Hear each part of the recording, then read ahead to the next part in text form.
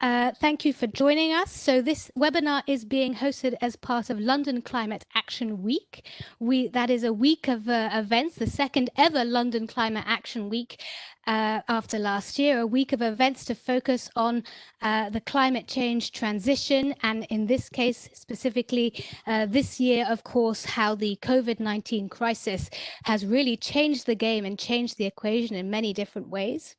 And just a bit of introduction about E3G, which I represent. We are a climate change think tank, a think-do tank with research programs on international financial institutions, fossil fuel transition, energy systems, clean economy, and we also host the Powering Past Coal Alliance Secretariat, an alliance of governments and businesses working for the coal to clean transition. And our topic of this webinar today is really the energy transition, and then specifically within that, the coal transition. We are very aware that, you know, a large percentage of the world's coal is and especially here in Europe is really uncompetitive, and that if we could retire much of that capacity and replace it with renewables, then there would be really enormous system savings to be had. We think there is a real role for public finance and public banks and public financial institutions to really play a helping hand with that transition in both the developed world and the developing world. And we think this is in many ways the frontier, the new generation of climate finance in the modern era. But we recognize that this energy transition, and specifically the transition away from coal, is very, very complex, and in many ways more complex than the development of renewables. We know that it's politically complex, it's socioeconomically complex, it's complex in terms of the actual infrastructure, in terms of the role of the private sector and how it's financed. And so that's why we think that, especially in this time of the COVID-19 crisis, when we need to be thinking about a greener, a more just and a more equitable recovery from the COVID-19 health and economic crisis, that this is a perfect time to come together and really to talk about acting now to accelerate the energy transition and to accelerate the coal transition in particular. So that's a bit of an introduction as to why we're here. We've got a number of distinguished speakers. They will each be speaking for about 10 minutes. You are welcome to ask questions of all the speakers in writing in the Q&A box in the WebEx platform. We will be taking all of we're going to first hear from our different speakers, our different panelists, and then be answering your questions at the end, starting with questions specifically about the COVID-19 context and then moving on to other questions. Speaking today, we have Rohit Khanna from the World Bank's Energy Sector Management Assistance Program, who's going to be giving a bit of a scene setting introduction for us. Then we have Catalina Rueda, who is going to be covering the kind of country buy-in issues and the political issues that are needed, and drawing on her experience from in the National Mining Agency in Colombia. We're then going to have Adrien Vautschilp from the Inter-American Development Bank talk about the people and communities angle to this, really the just transition, the social aspect of this, and how important that is and how integral that is to getting this transition right. Then go to Daniel Wishnick from Fluence, an energy storage company, to talk about the actual infrastructure and the land, of course, and how that can be converted and repurposed to new uses. And then to John Morton, a senior fellow from the European Climate Foundation and also from Pollination Group, who will be talking about mobilizing resources and capacities. Finally, Mafalda Duarte, the manager of the Climate Investment Funds, will wrap up and kind of give a bit of a perspective of what is the role for a multilateral development bank platform, a group of multilateral development banks, and what is the role for concessional finance in this transition away from coal mining and coal power generation. And then we're going to go to questions and really focus at first on the current context, the COVID-19 context, context and then move to more general questions. So as I said, please do put your questions in the Q&A box. Panelists can also answer those questions in writing if they wish to do so. If you would like to tweet about this webinar, please use the London Climate Action Week hashtags, hashtag LCAW2020, LCORE 2020, London Climate Action Week 2020, and feel free to use other social media platforms as well. So thank you so much for joining on this early morning in DC, this lunchtime in London, evening in Asia. It's great to see you all. And I would like, if possible, to turn to our first speaker, Rohit Khanna from the Energy Sector Management Assistance Program in the World Bank, to give a bit of an introduction, a scene setting. Rohit is very much an energy transition person, about how this transition away from fossils and away from coal is in many ways different to the transition to renewables. It's more complex, it's more multifaceted and has to be approached in a more holistic way, and how different parts of the world can perhaps learn from each other in that transition. So Rohit, I invite you to share your video and unmute, and over to you. Thank you, Sonia. Can you hear me okay? Yes, we can. Good, excellent. Good morning, good afternoon, good evening, everyone. Very nice to join you here. So I think let me kick off by maybe pointing to a report that just came out. I saw this morning from the Rocky Mountain Institute together with the Sierra Club and Carbon Tracker precisely on this topic. So those of you who haven't seen it, I'd recommend reading it. It touches upon a lot of the issues, and if you've already read it today, then everything I'm going to say is perhaps moot, and you can check your emails maybe. But let me just sort of give our perspective from where we are, where we sit at the World Bank. I mean, I think that the clear message is that the inevitability of the energy transition is quite evident. I think that this report that came out today shows that 39% of coal fleet is uncompetitive now, and this number just is going to keep rising quite quickly. And it means, in fact, that retiring those coal plants today itself could have savings of about $40 billion now. And again, these savings also just keep rising. And more and more power systems are recognizing that. In India, 17% of the coal fleet, according to this report, is uncompetitive. This number will surely cross 50% in the coming years. So the trajectory is clear, and more of power system operators are talking about flexibility of generation rather than economies of scale as the issue to address. And so there is a changing in economics, there's a change in mindset of utilities and system operators. But I think what we have to address is not just the sort of the pull factors, but the push factors as well. And that is, I would say there are three specific challenges that we have to address when it comes to this transition of with respect to fossil fuels, and focusing on coal in particular here. The first is the question of speed. So most of us would say that it's not a matter of if, but when. But as we all know, when it comes to climate change, time is not on our side. And the issue of acceleration, I think, is what we should be talking about.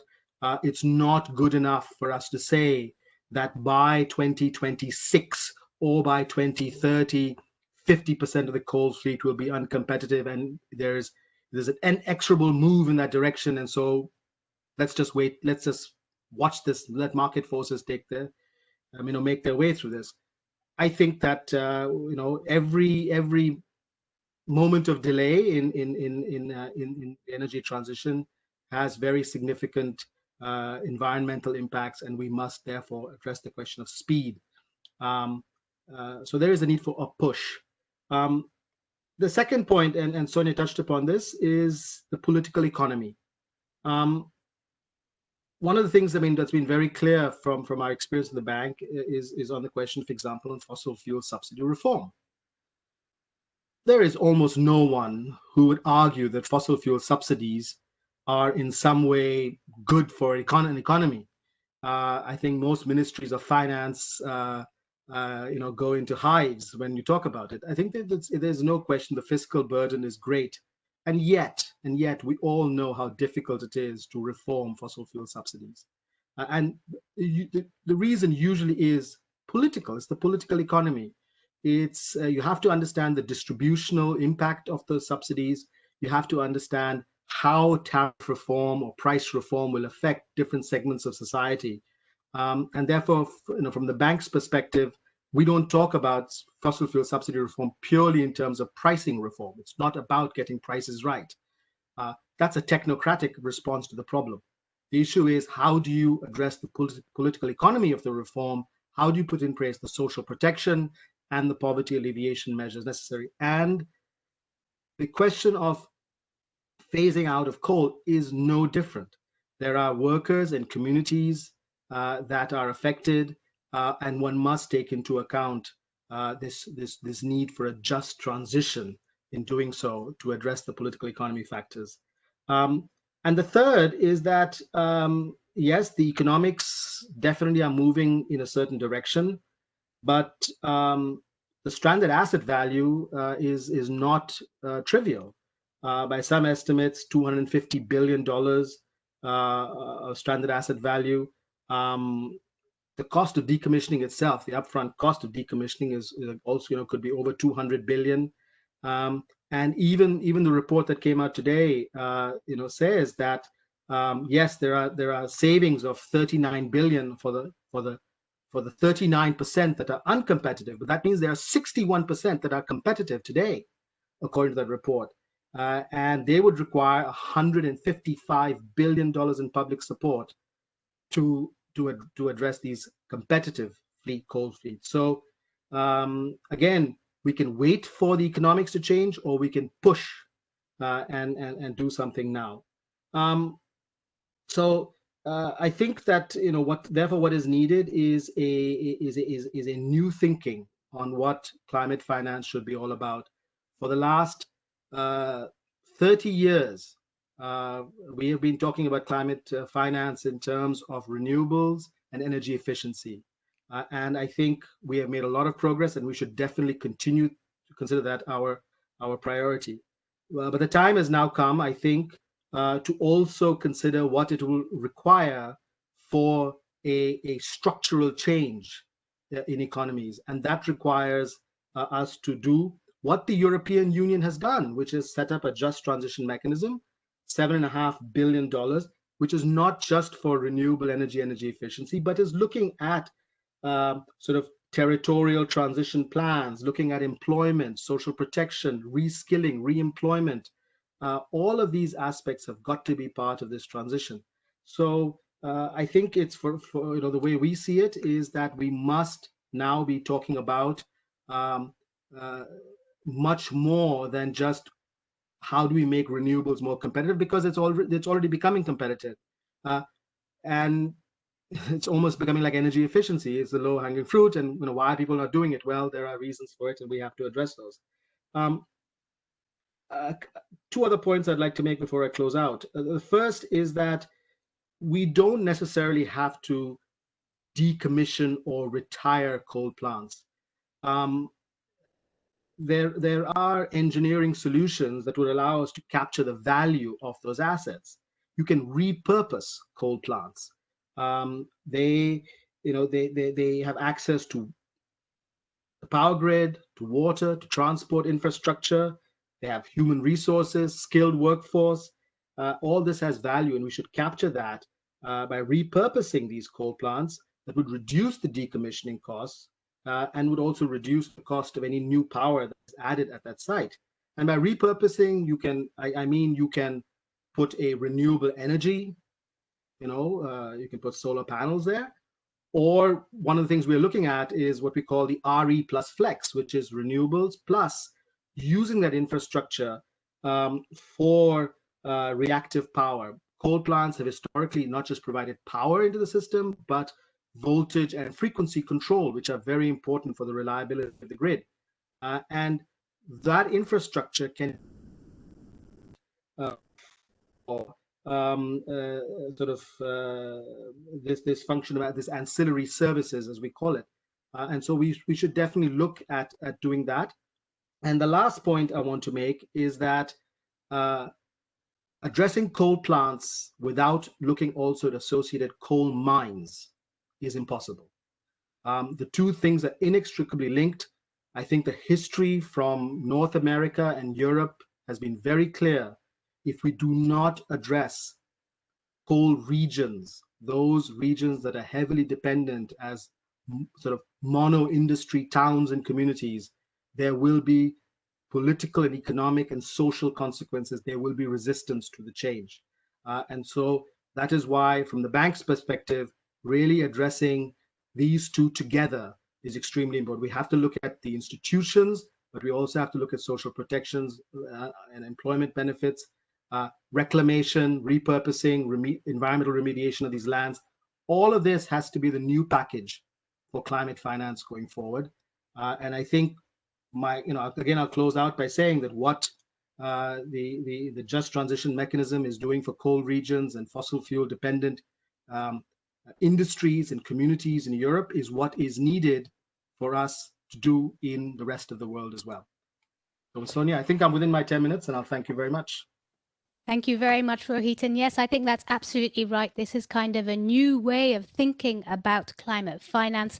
And indeed, on your point on the different ways that you can repurpose, not decommission, but repurpose coal infrastructure, we'll be coming back to that with Dan Wishnick from Fluence a bit later. So thank you so much for that. Can I also remind you, if you are tweeting or posting on LinkedIn about this webinar, to also use the hashtag accelerating transition hashtag, and also to tag at CIF_action. That's at CIF Action, which is the Climate Investment Fund's Twitter account. Very well. So thank you so much for that, Rohit. That was a fantastic setting of the scene for us today. I'd now like to turn to Catalina Rueda Callejas from the National Mining Agency in Colombia. Now, first, can I just test? Catalina, can you hear us and can we hear you?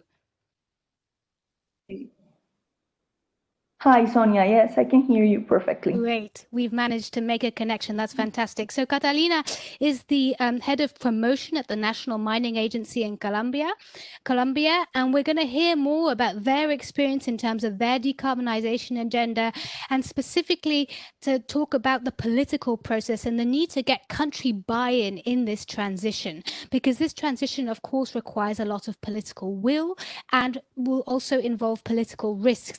And so, Catalina, it'd be great to hear from you how you guys did it in Colombia, and then what lessons you have for the rest of the world as well. 10 minutes, Catalina, over to you. Thank you. Okay, thank you, Sonia. Well, actually, at the moment, I cannot talk about lessons yet. We are structuring a strategy that is focused on transitioning our coal regions to other types of economies so we can make a just transition.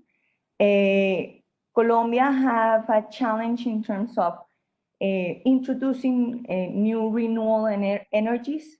However, we have a very clean matrix. So our major challenge, it's more focused from the mining sector and the employment and the economic role that coal has in our economy. Colombia is the 5th coal exporter in the world. So we actually produce a lot. We have 85 million tons a year. 65% of our mining GDP depends on coal, and more or less 2% of our GDP depends on mining activities. So more or less 70–90% of our coal is produced by 2 regions. So their GDP depends incredibly in the production of coal that it's exported to the world. So what we have done is that we have analyzed the future perspective, and we have come to realize that we must take some actions to actually transition and accompany this transition so we can We have calculated more or less 10, 20 years. That's like we cannot say a date exactly, but we can more or less approximate a timing. So what we intend to do is to, well, profit in some way of this coal and richness we have in our territory, and use that richness to transition to another type of economy. So this specific strategy I'm going to tell you about is not the only one, because we have to complement in terms of other options, education, other vocation for the territories. But this specific one is a combination that mixes coal production with new forestry activities. So the coal itself will give us the resources to do the transition. So it's very important how we have combined the two elements. We are designing this strategy with the alliance with the Global Green Growth Institute and also the Ministry of Mines and Energy, of course, the Ministry of Agriculture, also the Ministry of Finance, which is very important because, as I mentioned, coal is basically our main mineral. So we have to focus not only in the transition of the economic activities in the regions, but also the transition for the fiscal income that come from this mineral. So we have those two elements to combine. So to take this next 5 minutes just to explain a little bit how we have structured the strategy, that basically coal export companies must acquire greenhouse gas emissions offsetting certificates for a percentage of their exports. And this will be known as a neutral coal. So this neutral coal, whose added value for the international buyer are the emission offsets for its combustion. These offsets then will contribute to the individual country's emissions reduction goals. So these reduction goals won't be for Colombia, they will be for the buyer country. However, our gain in this compromise is that we will have some new resources that will be invested specifically for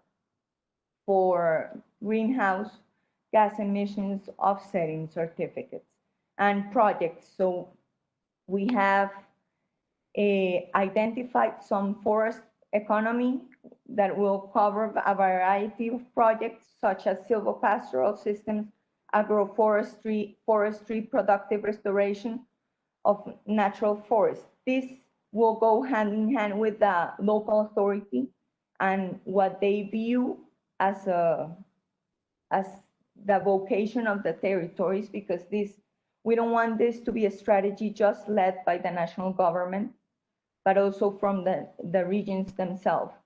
So it will be a combination of both local initiative, their economic vocation, depending on the characteristic of the region, and will be the coal that we sell in the international market that at the end will provide the resources so we can invest directly on these regions so they can make their transition. So we calculate more or less in we would like to do the first investments next year so we can start actually having the transition, and we will expect having some income from this new economy more or less in 4 or 5 years. Also, a benefit is that we need to work with the Ministry of Education, so also the capacities of the employment and the offer in terms of education in these regions starts to refocus, so we can have not only in some period of time we'll have a combination of employment and talent in terms of coal activities, but also start transitioning this offer in terms of education to new activities and and possibilities. It also, well, we have, at this moment, we have to advance in the structuring of the strategy. We already have some numbers, and we have identified that to compensate more or less 15% of our coal exports emission on an annual basis, we will have to advance on the reforestation of 2.5 million hectares in the next decade. And this will create more or less 1,800 new jobs. What is very interesting is that in terms of 30 years, we can, with these investments, we will have an expected aggregated emission reduction of more or less 780 million tons of CO2 equivalent, which is more or less 4 times what all Colombia emit in a year basis. So it's a very ambitious project. We are very confident that we can go through with it because we have the land and we have the potential already identified in terms of advancing in this reforestation, and we have the will of the coal sector that is very committed to this transition they are committed as long as it is just and it is a transition and not simply an imposition from the government from that one day to another. So that's why we are working all together, and as the mining authority, we're very confident this will be very good for the coal sector, but also to the country and the public policy.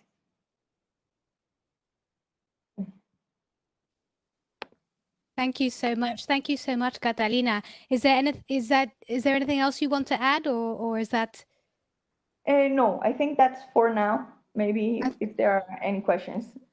Yes, no, please, I encourage the audience to start putting your questions in the Q&A box in the WebEx platform, and we will definitely come back to those at the end of this webinar. And thank you, Catalina, for outlining your experience in Colombia and what you're planning to do. And I think it's a really good example too, because it shows the variety in the value chain. Obviously, for you, it's very much a focus on the mining segment of the value chain, and also the need to bring all the different stakeholders on board, like the Ministry of Finance, like the local community, make sure they're involved in the transition. And I think that brings us quite nicely to the next speaker, Adrien Vogt-Schilp from the Inter-American Development Bank, so staying in Latin America, where Adrien is going to tell us a bit more about just that, the people and communities aspect of this transition. This is not just an economic, it's not just a project transition, it's about people and communities, and it needs to be a just and equitable transition for it to be successful.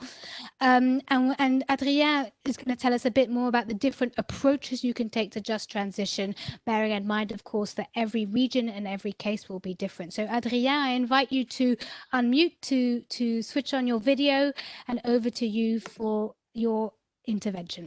Thank you. Thank you very much, Sonia. Just to double check, can you hear me now? Yes, we can hear you. Thank you so much. Okay, perfect. So thanks again for the organizers to invite me. Good day, everybody. It's a real pleasure to be here today. So my name again is Adrien Vogt-Schilp. I'm a senior economist in the climate change division of the IDB. And today I'm going to tell you about why, from the climate change perspective, we think it's important, but also beneficial that countries phase out coal as fast as possible. What are a few of the challenges in the road, and how the private sector, the government, and the international development institutions can help to remove some of the challenges. So a big part of my job is to help countries in Latin America and the Caribbean have access to the knowledge and analysis that they need to implement the Paris Agreement. You all know that the Paris Agreement wants to stabilize climate change at between 1.5 and 2 degrees above pre-industrial levels.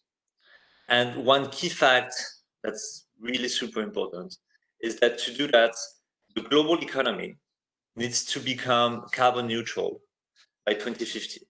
That means that we need to reach net zero emissions of CO2 by 2050. A few months ago, my division issued a report called Getting to Net Zero Emissions, where we show that it's not only necessary to reach zero net emissions, but it's also technically doable, and it's also economically beneficial. So main reason why it's technically doable, as the previous speakers have noted really, is that we already know how to do it, right? We need to phase out fossil fuels and replace it with renewable energy in the power sector. And with electromobility in the transport sector, these are two of the main things. The technology is mature, it's here. And actually, the reason why it's economically beneficial to transition to net zero has to do a lot with the fact that the cost of the technology has dropped dramatically over the years. It was already 2 years ago that the International Renewable Energy Agency started the main report on the cost of renewable energy, stating that for new energy services today around the world, in most of the cases, renewable energy is cheaper than fossil fuel energy. That was 2 years ago, and since then, the cost of renewable energy has dropped. The cost of windmills and the cost of photovoltaic power has continued to drop, and even the cost of batteries, which is key for intermittency, has also been reduced. So it's necessary, it's doable, it's beneficial. That doesn't mean there are no challenges in the way. And one key challenge, the one I want to talk to you more about today, is the just transition. So we see the just transition at the IDB as an objective and as a means. The main objective of the just transition is to ensure that the transition to net zero emissions will not exacerbate existing inequalities. The COVID crisis has shown that the vulnerability of the region, Latin America and the Caribbean, comes from the inequalities. We are the most unequal region in the world. We do not want the environmental sustainability agenda to be pursued in a way, that reduces the sustainability development agenda, because we want sustainable, the environmental agenda, because we want sustainable development that looks at all of the development goals at the same time. And the means of the just transition is to include the people who would be affected by the transition into the decision process, as I'm going to give you a few examples right now. So maybe the best example I've witnessed was the case of Chile, who 2 years ago decided to phase out coal power plants, coal power productions by 2040. And I had the pleasure to be part of a group of analysis that they put together to look at what would be the implications from a technical, economic, and social perspective. From the IDB, we did a study on what would be the labor impact of phasing out coal power in Chile by 2040. And we found that it would actually be a positive impact. By 2040, the country could create 12,000 net jobs, mainly because renewable energy is more job intensive than fossil fuel energy. So 12,000 is a good piece of news. It's a positive number, but I also have to emphasize it's relatively small. Pre-COVID, the country was creating 40,000 jobs per trimester. 12,000 jobs by 2040 is not going to completely shape it's not going to completely change the shape of the labor market in Chile. However, most importantly, we found that the net number masks winners and losers. And the main issue is that 4,000 jobs could be destroyed in the transition. And those are mainly the 4,000 persons who currently work in coal power plants in Chile. It turns out that Chile is a country, maybe the exception to what Rohit said, where coal mining is relatively small because they import most of the coal they use. So again, 4,000 jobs in a country that creates 40,000 jobs per trimester is not like a macroeconomic issue. It's really a distributional impact issue. For the people concerned, this is 100% of their income. And in a few of the communities affected, that could be a lot. Rohit used the word mono-industry community. That's the thing in Chile. We found that most of the coal power plants are distributed in less than half a dozen municipalities.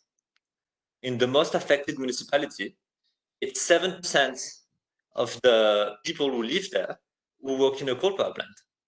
So at the local level, it can have a tremendous impact on both labor markets and the local economy to close down the coal power plants.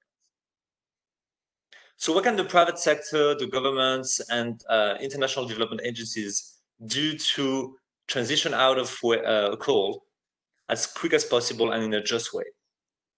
So I think, first of all, the private sector can be proactive. The power generation utilities can diversify away from coal, away from fossil fuels, and then within the same firm, retrain the people who currently are working in coal power plants and reshuffle them to other post duties. That way, closing down a coal power plant doesn't mean firing the people who work in the coal power plant. It just means assigning them to another job. I think the private sector can also do what Chile was a very good example of that. Be proactive.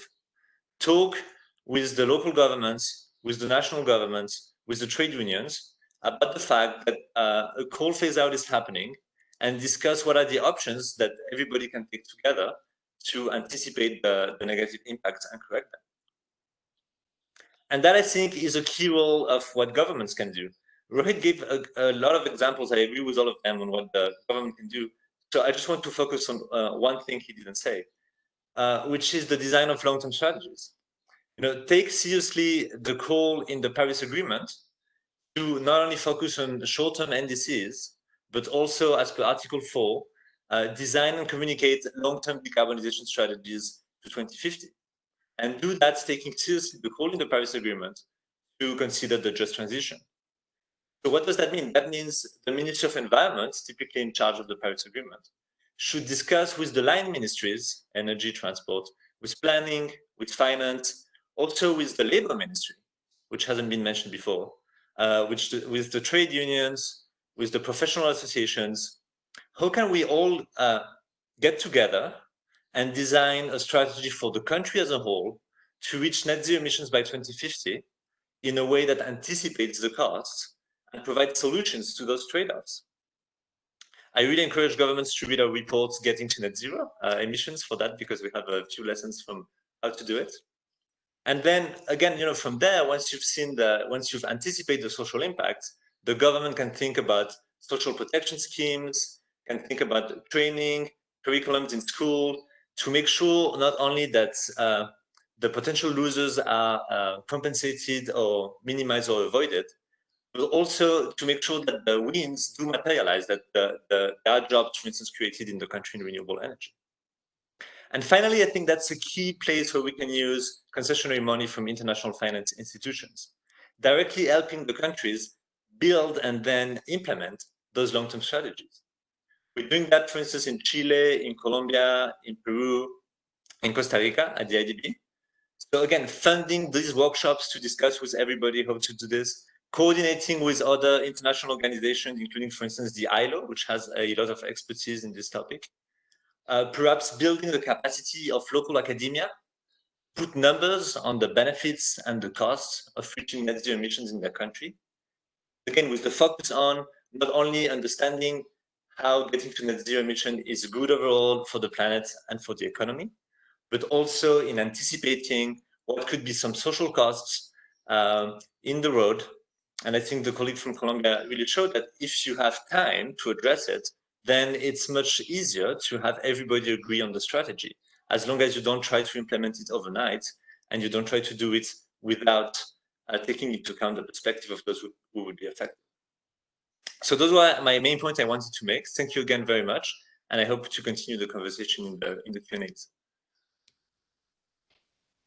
Thank you very much, Adrien. Thank you very much for those reflections and that interesting perspective from where you sit in a multilateral development bank. And I think absolutely, it is so important to include the local people and the local communities in the process of transition, to bring them with you on the transition, and to remember that the green economy, if you want to put it that way, is often more job intensive than the previous economic model, and that therefore this is absolutely part of the recovery, a greener, a more just and more resilient recovery from COVID-19. And very interesting to hear you say that part of where we can use concessional money is in this sort of social protection and training, and the building the foundations to make sure the wins from this can really materialize.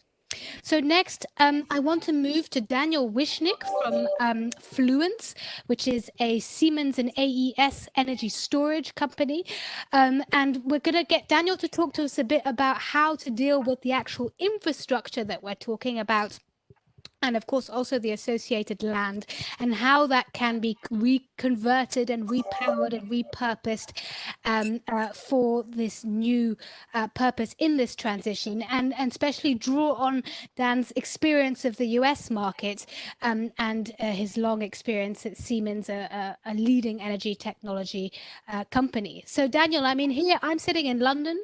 In London, we have a lot of old power plants, and we turn them into modern art museums and flats and shops and restaurants. What do you think we should turn these things into? Daniel, over to you. Well, we're going to talk about that in a minute, I think. Thanks, Sonia. Thanks to the organizers for having me here. As Sonia mentioned, I'm working for Fluence, which is a joint venture between Siemens and AES. I think we're a little bit uniquely positioned because we don't own assets in this case, but we work with a lot of the asset owners, whether it's utilities or independent power producers, developers, other financiers. And as some of the speakers just mentioned, Rohit right in the beginning did a good job of laying the groundwork. But I live in the Southeast US, where there's still a fair amount of coal plants. But if you look at the U.S. Energy Information Administration, what they report on where coal is going and its capacity, at least in the United States, right now they report 100 gigawatts of capacity have been eliminated or closed down in the last 10 years. The prediction is to have about 200 gigawatts of capacity by 2024. I think that may be a little conservative, as today there was an announcement by a large utility in the Southwest, Tucson Electric Power, that they're going to reduce their coal generation by at least 80% by 2035. So what does that mean? Again, more focused on the US, but I think this has applicability through a lot of other countries in the world. Coal has reached an inflection point. Renewables are very much less expensive than they were just 5 years ago. Here, 44% of coal power is at risk. And what it means at risk is it can be replaced by renewables that is 25% cheaper. So think of the billions of dollars that can be saved by consumers, obviously less pollution being produced by those coal plants with the coal plants being eliminated. If you go out to just 5 years from now, in 2025, the at-risk value becomes 86%. So there's going to be a big gap as far as capacity is concerned with the elimination of these plants. So what happens? What happens when you eliminate a coal plant or any fossil plant? What happens when they shut down? Well, there's basically three large options. There's remediation. You take the plant down, you remediate the land, return it to nature. You can reuse it. Sonia just mentioned a very unique use for old big buildings. Make them museums or shops or incubators, whatever the case may be. Or you can repurpose. And what does repurpose mean? Any picture of a coal plant or a utility plant, and again, right in the beginning of this seminar, you saw a picture of a bunch of smokestacks, but also in the foreground, you saw all that electrical equipment. switchgear, transformers that cost a lot of money, millions and millions of dollars to install. That can be reused. So it makes sense from a repurposing standpoint because it's not only equipment, but the permitting process to get that interconnection agreement with local utilities takes years and takes lots of money as well. So being able to say, I'm going to put renewables or storage or renewables and storage together to take advantage of that interconnection is very valuable.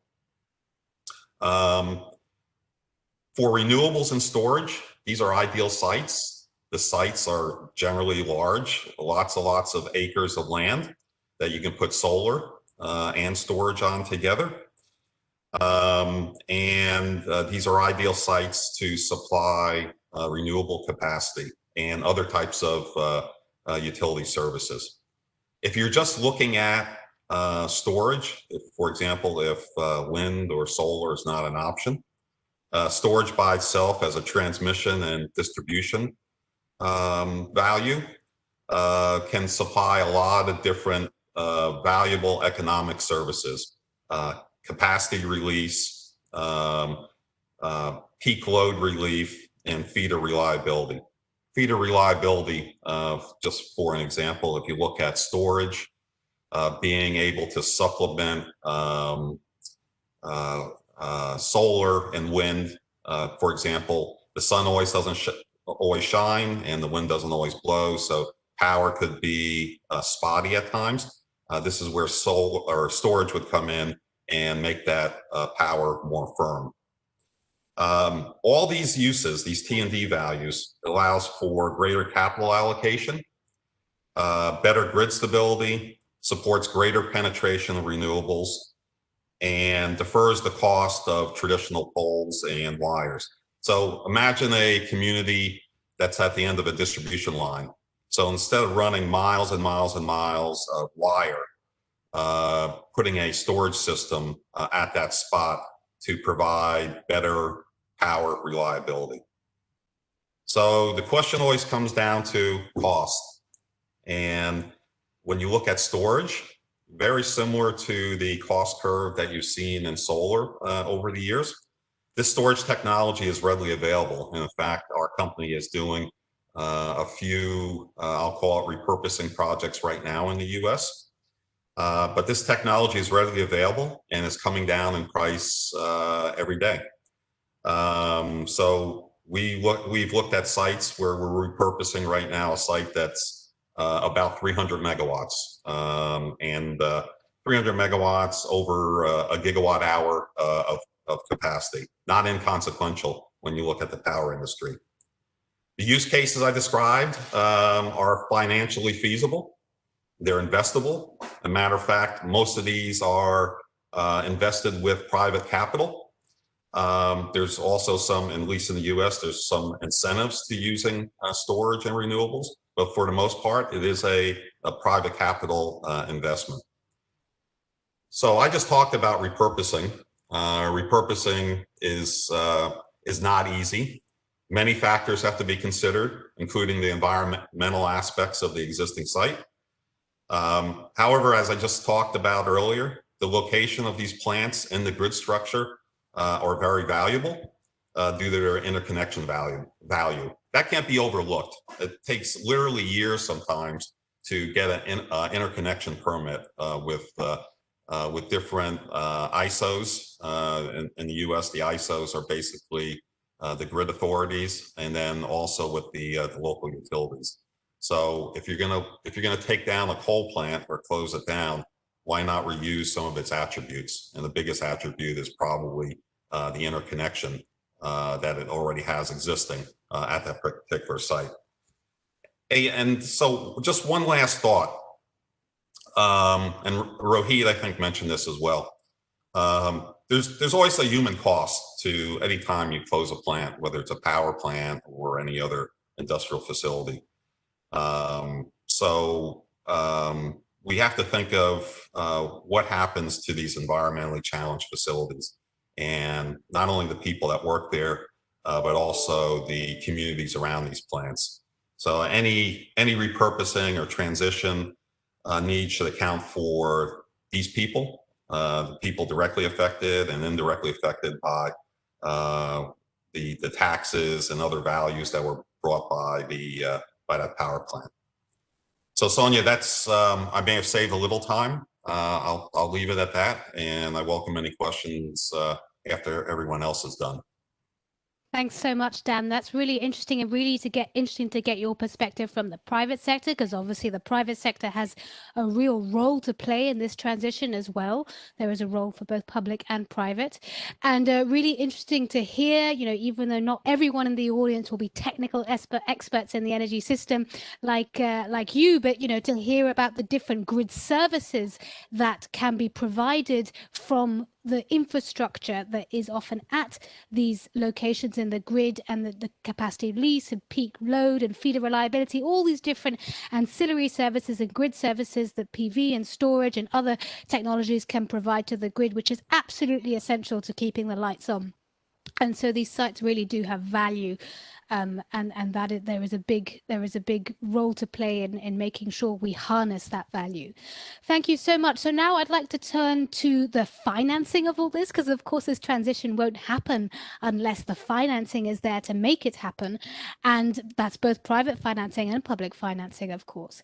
And I'd like to turn to John Morton, who is a partner at Pollination and a senior fellow at the European Climate Foundation, formerly a senior director for energy and climate change at the National Security Council in the White House and at the Overseas Private Investment Corporation.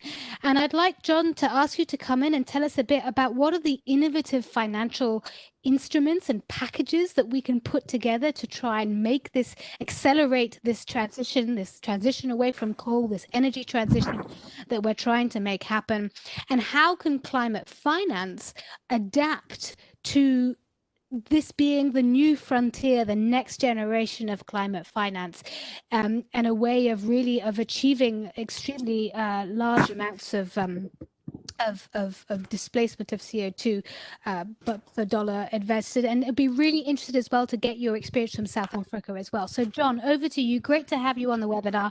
Over to you to talk us through where the money comes from. Thank you. Great. Thanks, Sonia. And you can hear me, yeah?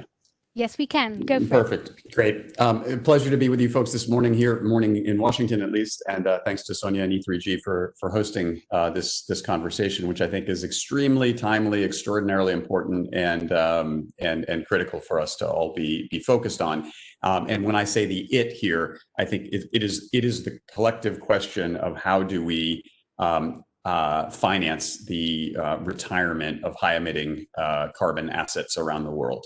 And I'll just start with the proposition that unless we crack that question, we have no chance of meeting Paris goals or 2-degree goals or any of our collective climate goals. So I think it is imperative for, in particular, for public finance institutions whose mandate it is to policy mandated is, and whose concessionality of financing tools enables them to take more innovative and risky positions in financing structures, to be laser focused on this question.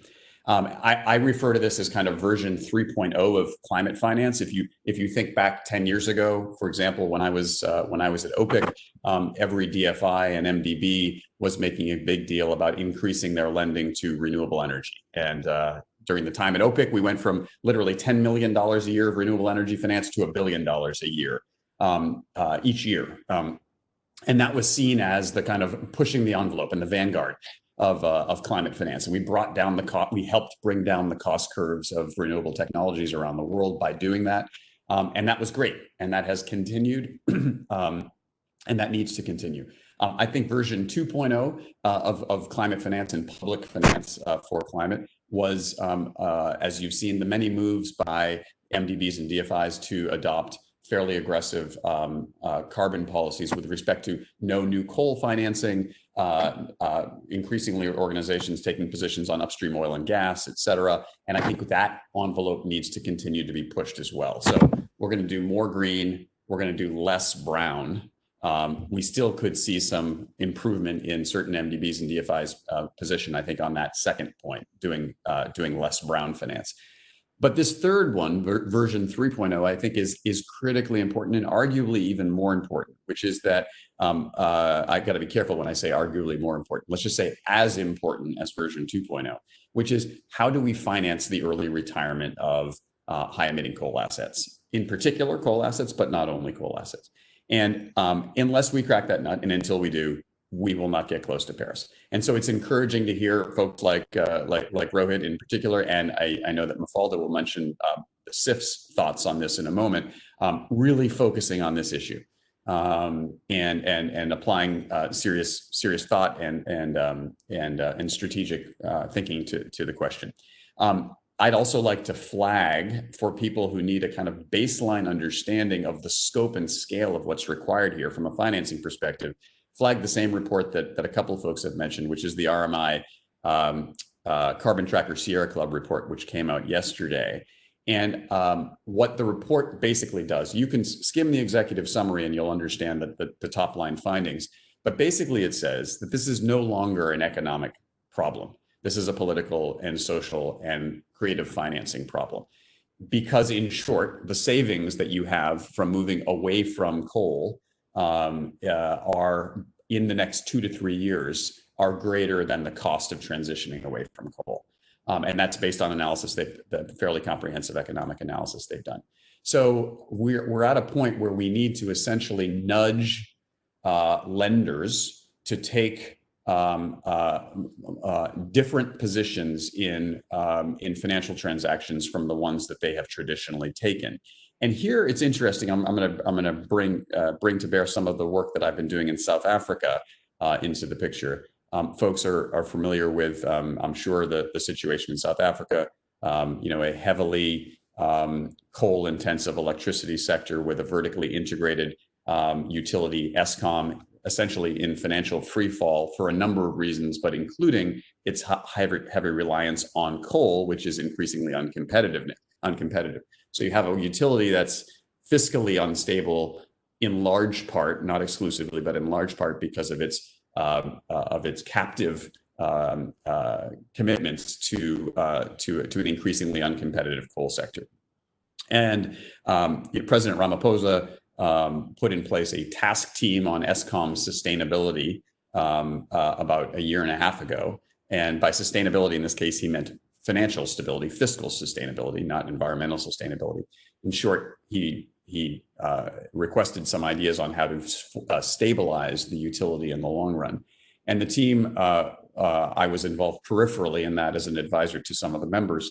The team put together what I believe is a fairly innovative and attractive proposal, which is consistent with some of the recommendations, again, that came out of the RMI Carbon Tracker Sierra Club report yesterday, which is imagine if you could essentially refinance a large portion of Eskom's outstanding debt at a lower rate than they are currently able to get in markets, in return for the utility, and in fact the South African government in this case, making a very clear and monitorable concrete set of commitments around the decommissioning of coal-fired power plants. So essentially an expedited phase out over business as usual plans. And when you run the numbers, which this team has done over the last 18 months with detailed financial models working with Eskom, you get to a structure that looks something like, $10 to $12 billion worth of finance. Of that, $4 billion in public money and $8 billion in private money could expedite the closure of a number of coal-fired power plants, resulting in the savings of over a gigaton of carbon, well over a gigaton of carbon over a 20-year period. So if you think about that from a modeling perspective and look at the cost per ton of carbon abated, you're talking about a number that is around $2, $2.50, plus or minus. And I think as a former public sector and now private sector, but former public sector carbon finance person, That number, I believe, is the one that we as public financiers need to be maximizing around, which is how do you finance the biggest bang for the buck at the lowest cost from a carbon perspective? And increasingly, I believe the answer is going to be by taking assets offline as opposed to by building additional assets. And the last thing I'll say here is I think this challenges, well, I know this challenges the traditional DFI and MDB model, which is all about lending to assets and building renewable energy, for example, where there's an asset you can lend against, you see it in the ground, and it's producing power with a PPA that you can securitize and lend against. The issue here is that in an increasing number of countries, as every speaker before me has mentioned, renewable energy needs very, very little public subsidy and very, very little public finance. Not in every country, but in most countries, renewable energy is now cost competitive. And so the muscle memory that public lenders have to lend to renewable energy, I think, is actually counterproductive to where the financial capabilities of those institutions needs to be put, increasingly counterproductive.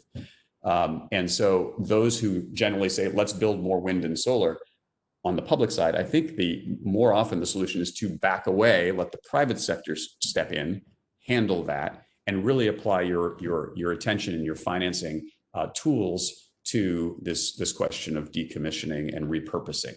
And I know Sonia will, Mafalda will likely speak a little bit about SIF's thinking on this. So that's a quick overview of my kind of encouragement to public lenders to continue to lean in here. I'd be happy to speak in more detail with anyone who's interested now or later about the specific South Africa case. There's all sorts of political and social obstacles to that happening, as have been mentioned before.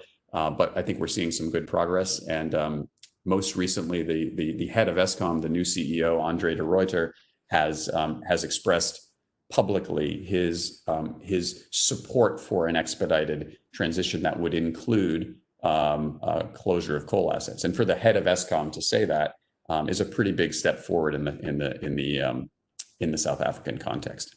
So I appreciate the opportunity and look forward to the rest of the discussion. Thanks, Sonia.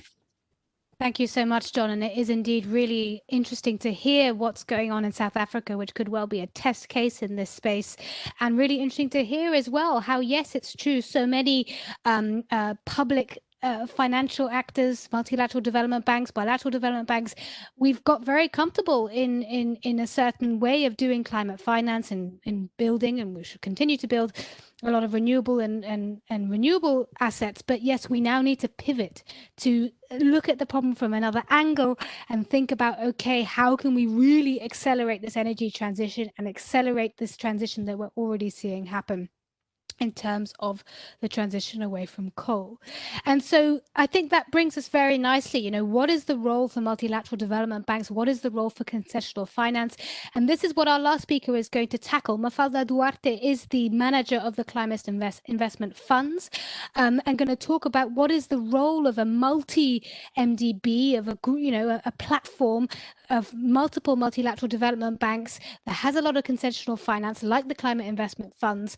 What is the role that they could play in facilitating and accelerating the solutions that we've been talking about in terms of the transition away from coal and the coal to clean transition, and what are the opportunities as well, or what we are living in a very special context at the moment, where the COVID-19 crisis and the aftermath of that crisis, both the health crisis and the economic crisis, has changed the face of the world and is changing the way we think about things and the role of the public sector. And how is that changing the equation and changing the game for this particular topic as well? So Mafalda, it's great to have you with us. Thank you so much for organizing this webinar, and over to you to try and bring everything together and to talk about the role of concessional finance. Mafalda, over to you. Thank you very much, Sonia, and thank you to my fellow panelists. It's a pleasure for us to organize this webinar with ESMAP, and having you, Sonia, and E3G involved. You have been involved in this topic for quite a while as well. And I think it's really important that this topic is part of the agenda of events of the London Climate Week, because as we've heard from some of my colleagues, And it's a little bit counterintuitive to some people, and we talk to them to think about, climate action and climate finance and talk about coal. But, as we've heard today, unless if we tackle this, and unless, we understand that there's a very important role for climate finance in transitioning us out of coal, we will not meet our climate goals. So I think it's very important to make that connection and make people understand that, there is a role for climate finance in this agenda, an important role. So you also mentioned, Sonia, the context we are in at the moment, COVID-19 and this major economic, social crisis we are facing. And the interesting thing is that we are learning from this crisis. And really what this crisis is telling us as well is that we should not neglect these highly obvious and highly probable large impact threats.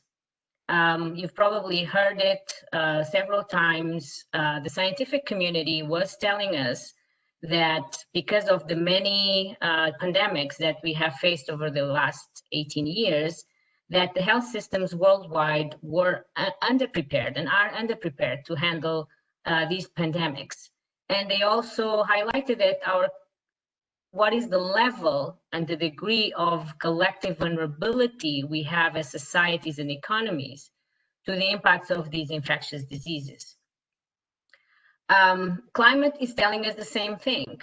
It's giving us similar warnings, and so it's really important for us to understand that there is no time to delay action on climate, because if we do so, we will very likely cause greater economic costs, physical suffering, and unnecessary risks to our collective well-being. So a couple of other things. I mean, I think it's important to recall that in September last year at the UN Climate Summit, UN Secretary General put forward 4 key elements that he thought were critical to move us in the direction of our global climate goals.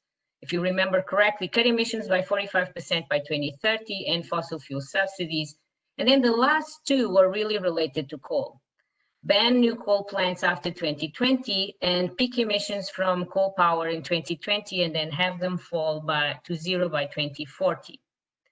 And we are seeing some progress, as also colleagues have said. We are seeing decommissioning and phasing out of coal power plants, in particular in the developed world, but also, to some extent in some developing countries. But it's a little bit concerning that, when we read that 200 gigawatts are being built and 200 gigawatts are being planned. This is, 25% of the total global coal-fired power capacity that we added between 2000 and 2019.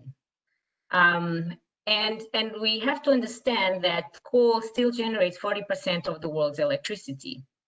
We have 80 countries using coal power. This is up from 66 in 2000. And we have 13 countries that are actually planning to join this group of countries, 13 new countries. And so the other thing to understand is that if, and IEA has made these estimates as well, if we are to close all unabated coal by 2040, like, UN Secretary General clearly highlighted last year, and many others have been highlighting, we need to this means basically closing 100 gigawatt of coal capacity every year for 20 years, or 1 coal unit every day until 2040. So it just gives us a little bit a perspective of the dimension. And we've heard as well from colleagues here today that the economics are playing in favor of this transition. If we look at it from a macro perspective in terms of jobs, also colleagues said, and we know that renewables offer a lot more jobs per $1 million invested than, fossil fuels. So this, from a macro perspective, seems to be, leading us to the expectation that this would be happening naturally, but it's not. And we, several colleagues here today also mentioned it is complex. There are significant social impacts. There is the value of the stranded assets. So there's a lot to consider. And normally we are talking about mono-industrial regions with very significant expected social impact. Now, going back to COVID-19, what is also happening in terms of COVID-19, we are seeing, a disruption rarely seen. I mean, we would have to go back to the Great Depression, World War II, to really have a parallel to, what we are observing and forecasting in terms of impacts. And so IEA also, has come out and said, we are seeing right now sizable decline in demand, in primary demand across all fuel types, particularly for oil and coal. And so the expectation is that energy demand will fall by 6% this year, which is a big shock to the global energy system, and one that hasn't been seen since the Great Depression. And so it is impacting negatively fossil fuel sources. And interestingly, the renewables are proving to be resilient, and the demand for renewable energy is actually set to continue to grow throughout this year. So I think, what we are seeing, therefore, is in this context as well of COVID-19 and what I've just said, a really, really critical moment in time and an opportunity to really accelerate this transition. But as we've also heard, and I'm coming back to now the point of, platforms and multilateral development institutions and role of concessional finance, as we see, these are, and as we've heard from my colleagues here as well, these are complex transitions that require holistic solutions. This is not an energy sector problem. This is a whole economy and social issue, and it requires bringing together multiple institutions on the public sector side and multiple institutions from the private sector, non-state actors as well. So it really requires this holistic solution, strong partnerships, and the role of the public money. As we've heard, yes, there's big opportunities for private sector capital investment, but there's significant role for public money, and in this context also concessional finance. So, we've been looking at this with our partners, the multilateral development banks, and this is precisely, what we've been doing over the past 12 years, is using this multi-MDB platform to tackle, issues that really require bringing multiple stakeholders together, that requires bringing multiple financiers together, that requires scale of finance to give the comfort to the different investors that these are sound investments and that they can be scalable in the near future.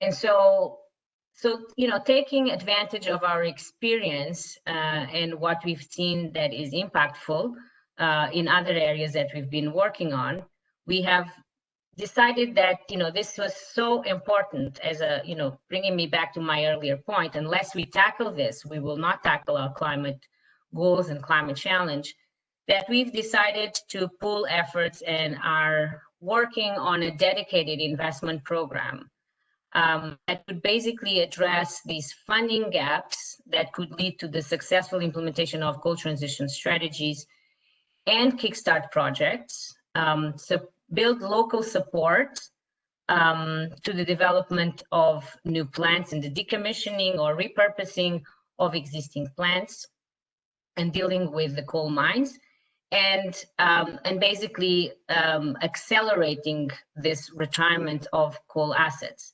So basically, we are looking at three main areas of investment, and these were tackled today in this panel as well. One is the whole issue of political economy and governance. So bringing concessional finance, like we have done in the past, to bring different institutions and stakeholders and decision-making structures together. I mean, I don't have time, but you wouldn't believe the examples we have in the past in our portfolio of us enabling for the first time conversations and strategic decision making between different ministries and with other private sector entities or civil society organizations. So this element of governance and support to these transformation transition strategies is one of them, and economic and social development plans for these regions.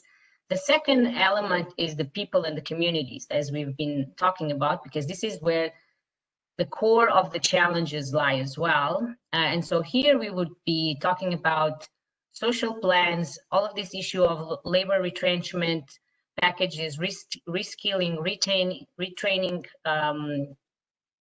workers, but also, you know, regeneration stimulus packages for those regions. What are the other economic opportunities and activities that can be supported that can retain or generate new types of jobs? And finally, the element of land, power plants, and other infrastructure. And here is really what Dan was also talking about, the reclamation, decommissioning, and repurposing of the coal assets. And so for complex problems, let me finish with this thought. For complex problems, it's really necessary to have solid partnerships in place, and because I think it's quite clear that in developing countries, we work exclusively in developing countries like the multilateral development banks. In developing countries, and as we are seeing in the European Union, this type of public finance at scale will be necessary. And it will be necessary to bring the multilateral development banks, the governments, and the private sector together to tackle this issue and accelerate it. We cannot wait for only the economics to play out, because, you know, it's what one of the colleagues has said as well.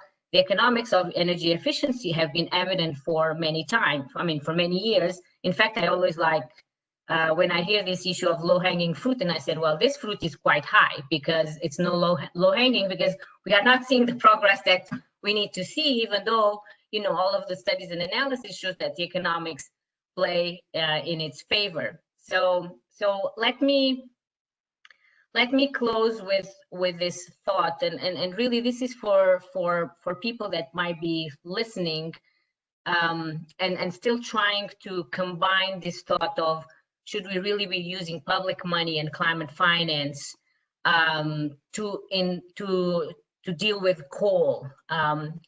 It's absolutely critical. You know, it's absolutely critical to understand that, you know, unless if we tackle this coal transition, we will not meet our climate goals with all of its consequences, and that actually we are at a very timely point in time because of the evolution of the economics, because where we are with the COVID-19 impact and stimulus packages and willingness to shift gear really and position the societies in a different way, in a lot more, you know, socially equitable and environmentally sustainable paths, because, you know, that's what will prevent us from having this type of shocks in the future.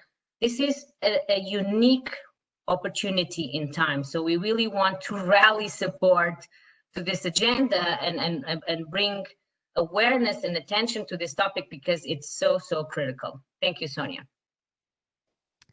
Thank you so much, Mafalda. I think that's absolutely right, and great to hear that the Climate Investment Funds and the Energy Sector Management Assistance Program, ESMAP, are thinking of putting together that investment program to find those gaps. That's part of what this webinar is trying to do, trying to identify the gaps and try and really kind of accelerate this and climb to the top of that tree to pick the fruit right at the top and not just lazily pick the low-hanging fruit. So now we will move to the question and answer session. We have a little bit of time left. I want to start by really focusing on the current context, this post-COVID world. And I want to turn to Rohit Khanna from ESMAP and ask, you know, so what do you think is how has this COVID crisis really changed the game and changed the equation, and why now? Why is now the time to do this as opposed to 6 months ago? And what is the role you think for ESMAP and the CIFs in this transition? Rohit. Thanks, Sonia. So I think on the post-COVID, I think, you know, we're all giving a lot of thought to the after, And I think there will be significant amount of multilateral development bank support to countries as part of the recovery effort.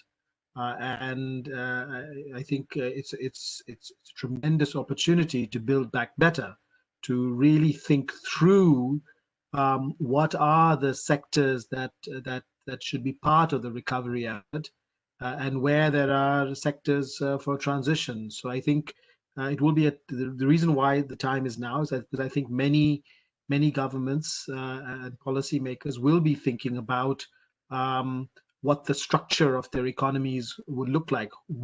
How do you prioritize government support? What kind of public policies do we need to have a more efficient recovery and a more sustainable recovery?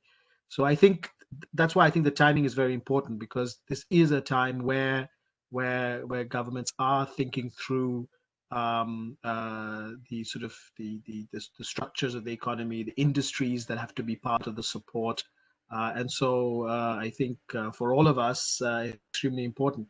I think the Mafalda, I think, touched upon. So I mean that's one part of it. I think the second is it is a real reminder that science doesn't take prisoners. The scientific facts are pretty brutal. And I think that should be a wake-up call to all of us that that there is another crisis looming.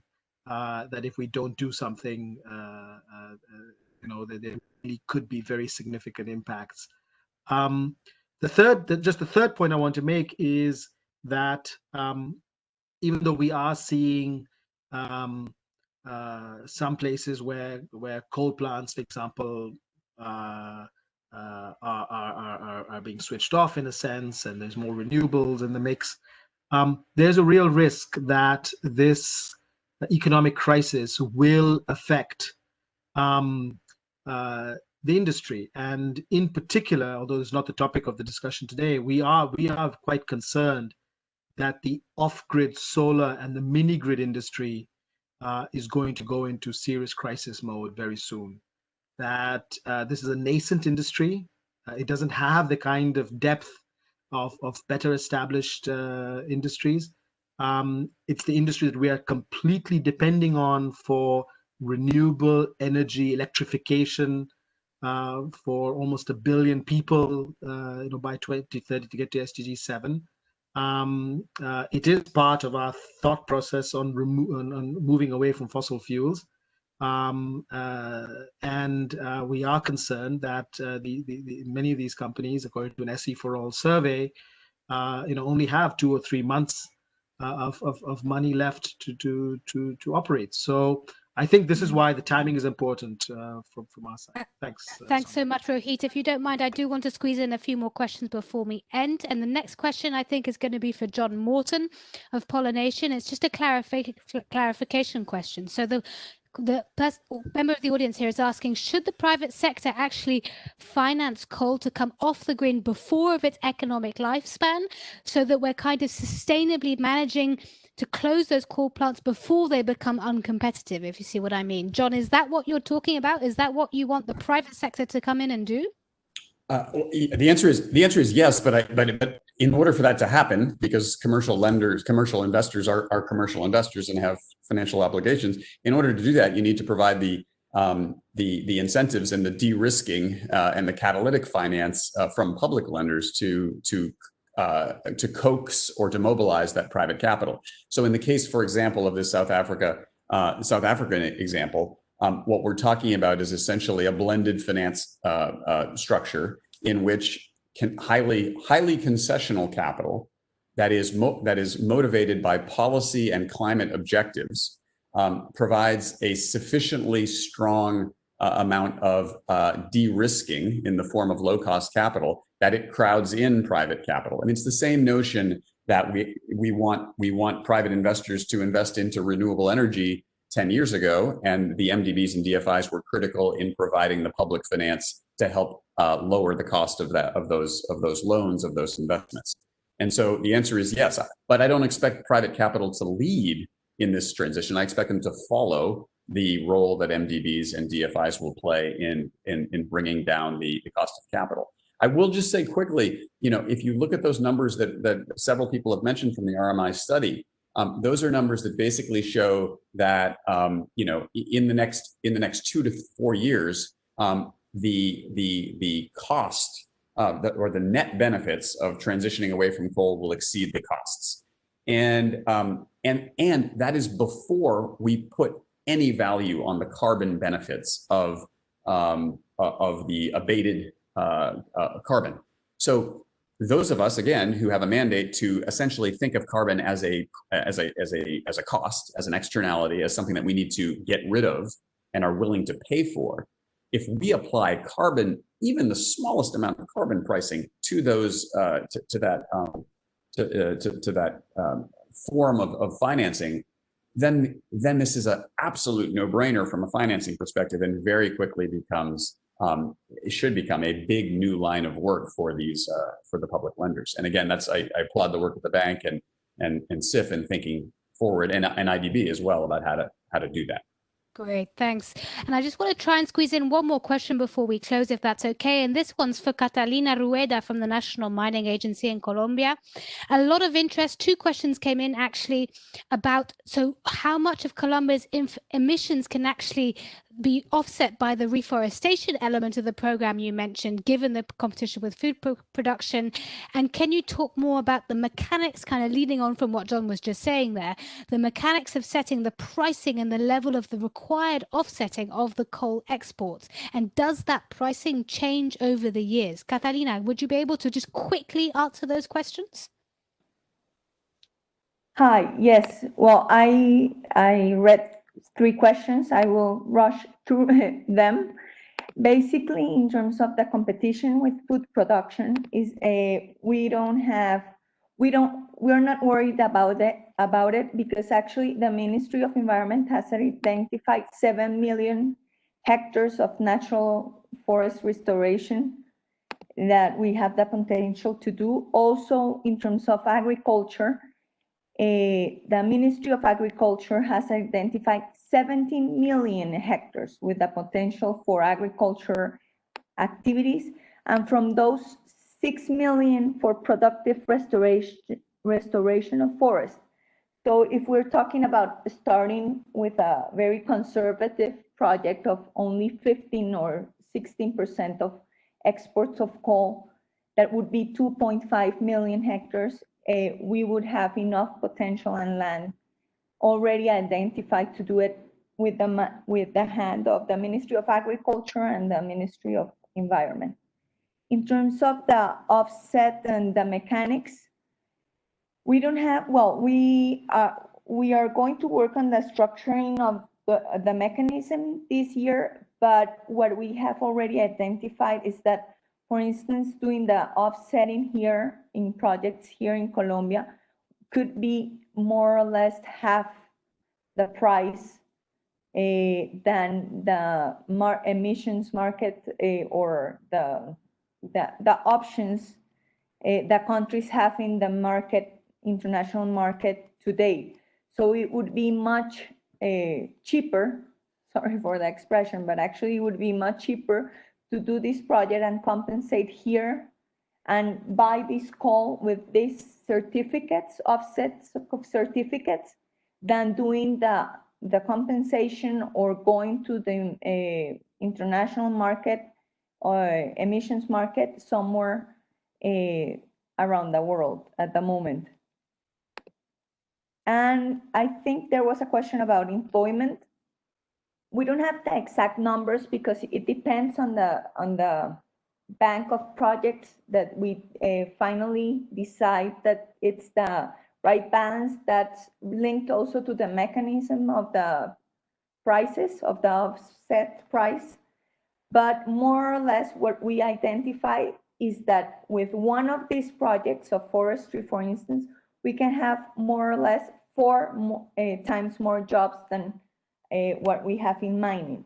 So the idea is, as I've mentioned in the presentation, is that we don't simply stop doing the mining activity at the moment, but in this transition period, we would have both activities. And what we have identified now in the, well, given the COVID situation, is that this is one of the prime projects in hand, because we can, from an activity that hasn't stopped at the end, well, actually we haven't stopped the mining activity here in Colombia, even with the pandemic situation, but we can have new elements to increase jobs in a very short time. So that's why this is one of our priorities now with the COVID situation. Thank you so much, Catalina. I'm afraid it is now 35 minutes past the hour, wherever you are in the world. I'm afraid we are going to have to bring it to a close because I do want this to finish on time. But thank you so much to all of our speakers, to all of the members of our audience, to all the questions that we weren't able to answer. We've copied them all across. We will take them into consideration in the next phase of this work. We will try and get back to you with answers if we can. And thank you so much also to the Climate Investment Funds and to ESMAP for hosting this webinar. Adrien, Daniel, I'm sorry I couldn't get back to you with questions. There were questions for you, so have a look at those and feel free to answer them bilaterally. And I can say that we at E3G, Third Generation Environmentalism, the climate change think tank that I work for, will continue working on all these issues very, very closely and trying to drive forward progress on all the different aspects of this, the politics, the communities, the finance and the infrastructure. And just finally to say, this webinar was hosted as part of London Climate Action Week, of these 3 days, today, tomorrow and Friday, of lots of different webinars and virtual events to try and look at, so where does the climate change debate stand now in this post-COVID world? So please do have a look at the London Climate Action Week website to see what else you might want to attend in the next few days. And thank you, everybody. Thank you to our speakers for participating. Thank you to our audience. I hope it was useful to you, and I look forward to continuing this conversation in the future. Thank you, everyone. Thank you. Thank you, Sonia. Thank you very much. Thank you, colleagues. Thank you. And everyone. Thank you very much. Take care. Thanks for joining. Thank you very much. Bye-bye. Bye. Thank you very much. Bye.